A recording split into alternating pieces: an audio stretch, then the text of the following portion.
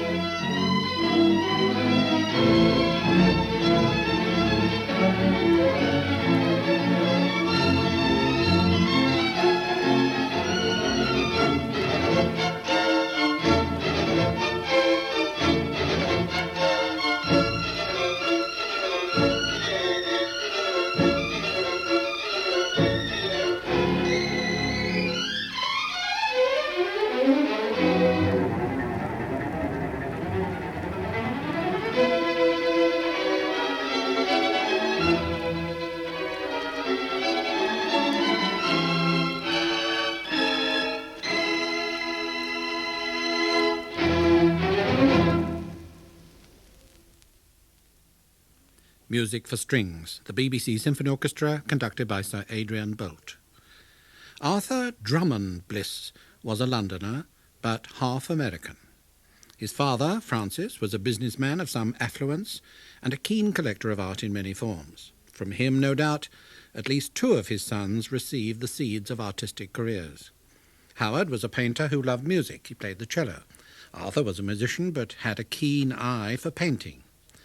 The music came more directly from Mrs. Bliss, his mother, Agnes Kennard Bliss. She loved to play the piano. The third boy was Kennard, who played the clarinet.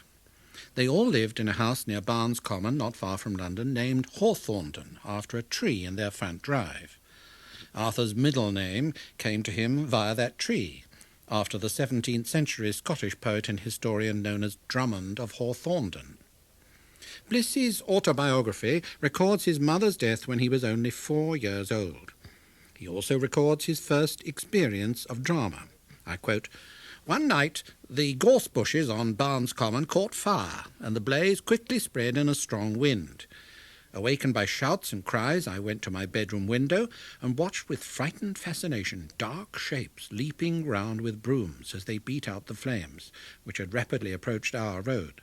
A vision of Walpurgisnacht, if I had known Faust in those days."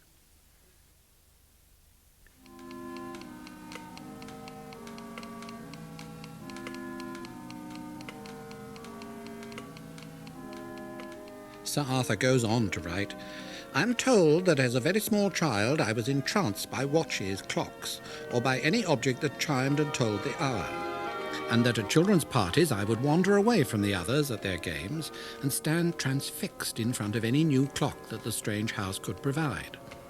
This obsession of mine must have caused my father some anxiety, for temporarily all clocks in our house were removed or covered up.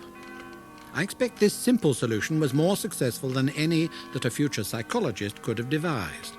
I'd forgotten how retentive a child's first enthusiasms could be until some 30 years later, when the curtain rose on a performance of Ravel's opera L'Heure Espagnole. As the contrapuntal chiming and ticking of the clocks filled the clockmaker's shop with sound, suddenly a hand seemed to draw aside the covering of all those years, and I felt once more the inexplicable warmth of pleasure that, as a child, I found in these rhythmically pulsating inventions."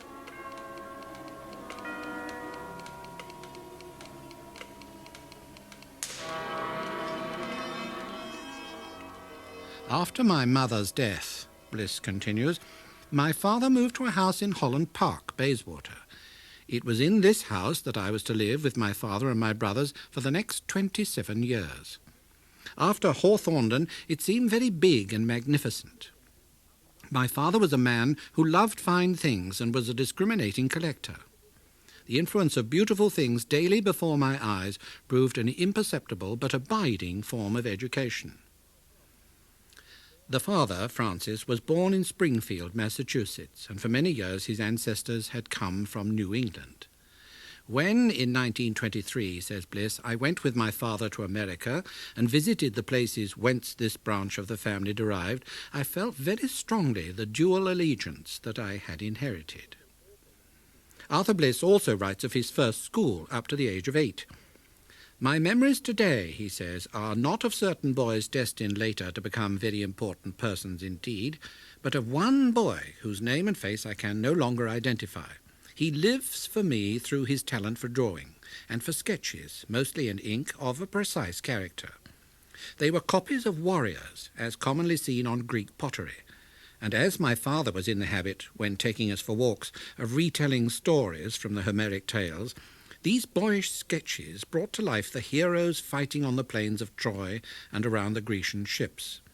Again, I should have completely forgotten this image from my first school if it had not pressed its attention on me when I was composing my choral symphony Morning Heroes, 30 years later, and setting the passage from Chapman's Iliad in which the arming of Achilles is described.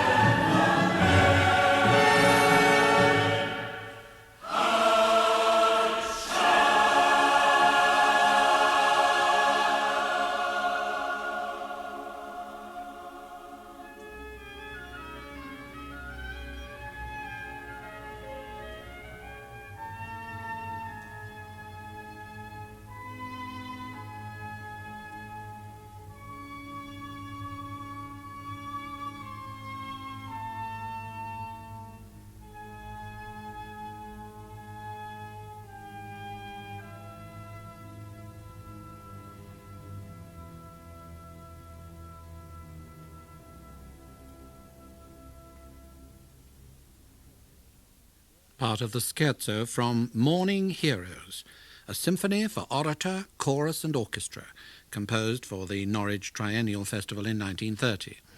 There'll be a complete performance of that work on Tuesday the 13th of August on Radio 3. The dedication reads, "To the memory of my brother Francis Kennard Bliss and all other comrades killed in battle." The last section of the symphony is the setting of Robert Nichols' poem Dawn on the Somme, during the battle of which place this brother had been killed in 1916. This brother Kennard would have been a poet, musician and painter. There were already signs of that in his life. Now, if there's one instrument that Bliss wrote for with extra special insight, it is the clarinet. Time and time again, the phrases for the clarinet are eloquent and tender. And, of course, the clarinet was Kennard's instrument. This death and the war burned deep into the composer's consciousness, and deeper even than that, for one of the reasons, he said, for writing Morning Heroes was to try to exorcise the ghosts and nightmares that he suffered for many years after the war had ended. The life before the war had been shared between public school, rugby, where his love of the music of Elgar started, then Cambridge, where he studied with Charles Wood, but learned more, he said, from his meetings and friendship with E.J. Dent. In 1913, aged 22, Bliss entered the Royal College of Music in London, where he became particular friends with Herbert Howells, Eugene Goossens and Arthur Benjamin.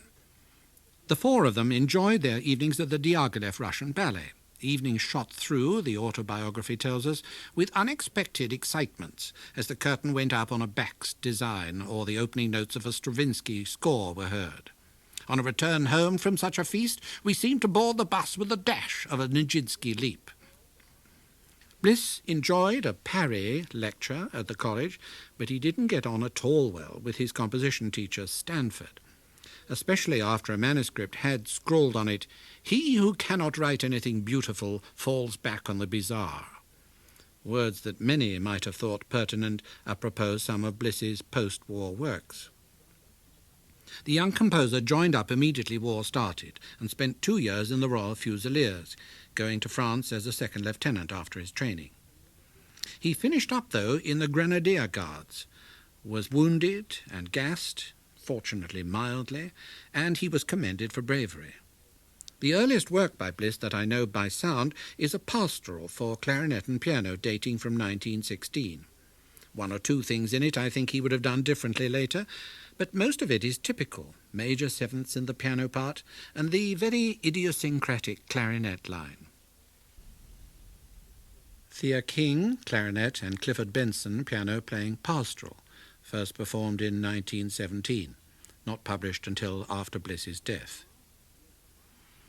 In the last year of the 1914-18 war, two important events occurred in Bliss's private life.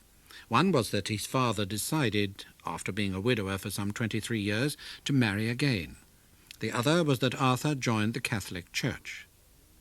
After the war, Bliss fairly threw himself into the musical scene, composing, playing the piano, organizing concerts, working in the theatre, and conducting Holst's Savitri, amongst other works. Bliss was considered a real fireball in those days, determined to make up for the lost years, aware that he was anyway a late starter in terms of performances of his own music. He was also determined, despite his love for Wagner, to avoid any Teutonic influence or qualities in his own compositions, in which he certainly succeeded.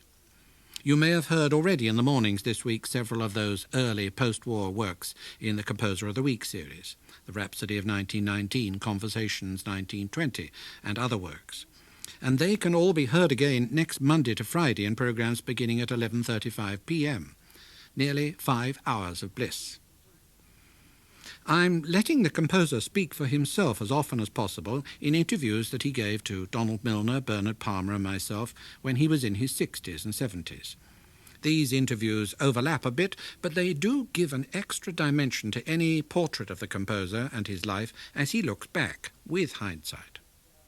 As a young man, immediately after the First World War, I was all for sound's sake. I remember that when in 1921 the music I wrote for Shakespeare's Tempest was given a concert performance in the Old Queen's Hall, one dignified paper announced, "Never before, it may unhesitatingly be asserted, was such an unholy row being heard in a London concert hall." And then one grows up and realizes that an oral experience, however exciting it may be, is simply not enough. Your life becomes full of emotional experiences and you want to try and express them. You mean, in fact, you became a more conservative composer? Yes, to begin with, I stuck fast by tonality, and I've kept this conviction in all my major works. Your career as a professional composer began at the start of the 20s. It began immediately after the war, and I think it was the impetus was given me partly, I think, by having been deprived of doing anything of that kind for so long. It was bursting to come out. Yes. And also, at that time, I went to Paris and made friends with all the composers that then formed the avant-garde there. Well, of course, in this country, you were first thought of very much as an enfant terrible, I believe. Yes, I'm an enfant terrible that, as Constant Lambert said, turned into the grand papa. But there it is. I think I was, at the beginning, considered slightly wild, yes. What sort of works were you writing about that time? Well, I rather experimented in different combinations of instruments. My first piece was a song about white magic that was accompanied by 4 or 5 different kinds of instruments, both wind and strings, a rather odd combination, and then several other works followed. Rout. It's an interesting title. Yes, well, that simply means revelry, and it's meant to be an impression of a carnival heard from somebody up in a window or something that hears the sounds and the woman singing and so on. So you were very much experimenting and finding your feet in the very exciting musical world of the 20s. I think so. Undoubtedly, 2 great influences on Bliss were Stravinsky and Elgar. Not that much trace of either composer is to be found in the best years of Bliss, which I would think are the late 20s, the 30s and early 40s. Elgar was friendly to the younger man, and they corresponded, sometimes through Lady Elgar. Bliss was on good terms with Stravinsky, right up to 1954, when Bliss presented the Russian composer with the Gold Medal of the Royal Philharmonic Society. I'd like to play you now a piece of Stravinsky that sounds to me just like Bliss. Remembering music for strings and perhaps the well-known Checkmate, see what you think. It's Apollo's own variation from Apollon Musagette, the ballet that Stravinsky composed in 1928. Note especially this opening.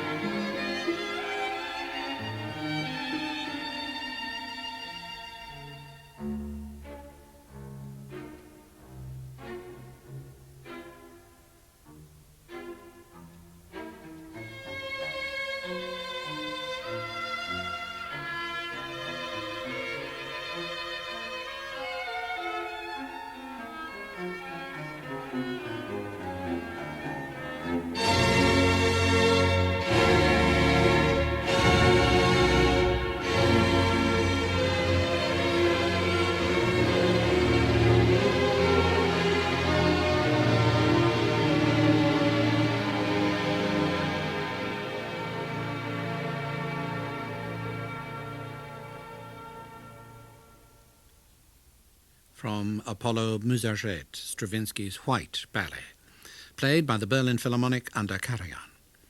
In the midst of those more experimental years after the war, fortune took a hand in the young career of the, by now 30 years old, Bliss.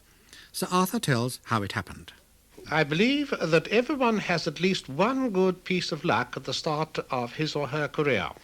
The opportunity to show what they can do if they realize that moment. Well, mine came in 1921 when Elgar invited several musicians to have lunch with him at his club.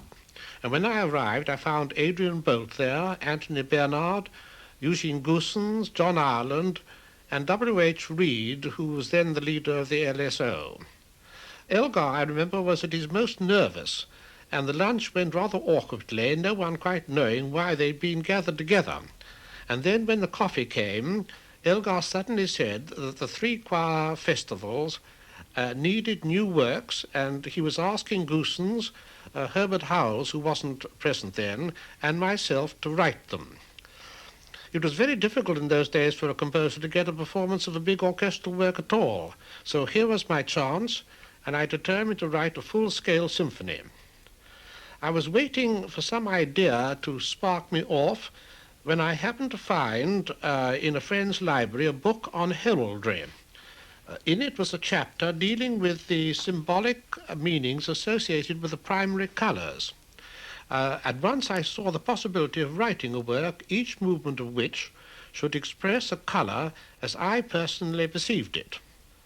I know perfectly well that colors arouse quite different emotions in different people, so I was only speaking for myself in composing this symphony. And for that reason, I didn't at first give it any name except Symphony in B. But later, I was won over by the argument put forward by Percy Scholes that if I had found initial inspiration in the idea of color, it was timid not to proclaim it. Hence its title, Color Symphony, with the subtitles to the movements Purple, Red, Blue, and Green.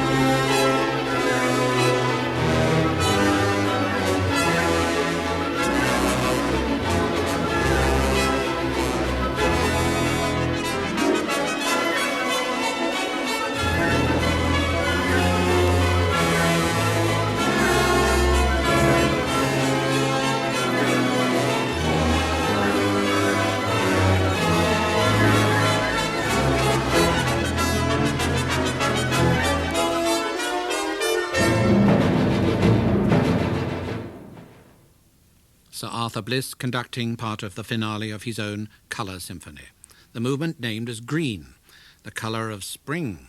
Even in that passage, perhaps the colour of the rite of spring. I shall be playing the whole of that movement at the end of this programme, at about 10 to 5. The Colour Symphony had a very bad first performance at the Three Choirs Festival, but fortunately Sir Henry Wood came to the rescue and saved the work from oblivion. Indeed, the respectability in being asked to write a work for the Three Choirs Festival, and by Elgar, helped Arthur's career considerably. Not that it followed automatically. Howells' work sunk without trace. Goossens likewise. Mind you, their very titles seem rather negative. Goossens called his piece Silence, Howells Sine Nomine. Somehow, though, Bliss alienated himself from the always touchy Elgar, but tactfully made it up with him by dedicating to the older man his Pastoral, a cantata for chorus, mezzo-soprano, solo, flute, drums, and string orchestra, composed in 1928. It was inspired by a visit to Sicily and the idylls of Theocritus. Theocritus travelled around in Sicily in ancient times, observing the shepherds and writing about them. Lie strew the white flocks is the subtitle. I want to dip into this work with the setting of a poem by Robert Nichols, The Naiads Music, followed by the Pigeon Song. in which a young girl whispers her song of love to her tame pigeon, so that it can take her message to her lover in the fields. The flute is the pigeon here, but in the next number the player has to take his piccolo to flash like lightning amongst the reapers. The words here are actually by Theocritus. As for the reapers, let them begin when the crested lark is waking. Pastoral.